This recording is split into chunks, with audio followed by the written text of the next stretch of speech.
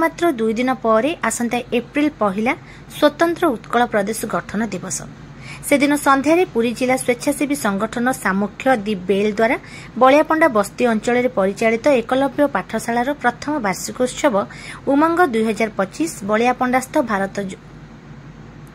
भारत जोग केन्द्र परिसर में पालन करा। उत्सव में जोगदेवा निमंते पाठशालार संचालक उमेश चंद्र दास और दि वेल अध्यक्ष सिद्धार्थ राय निवेदन करिसेंती। उत्सव में प्रदर्शन करने निमंते पाठशालार छात्री माने नाच गीत अभ्यास चलाइथिबा परिलक्षित होईछि।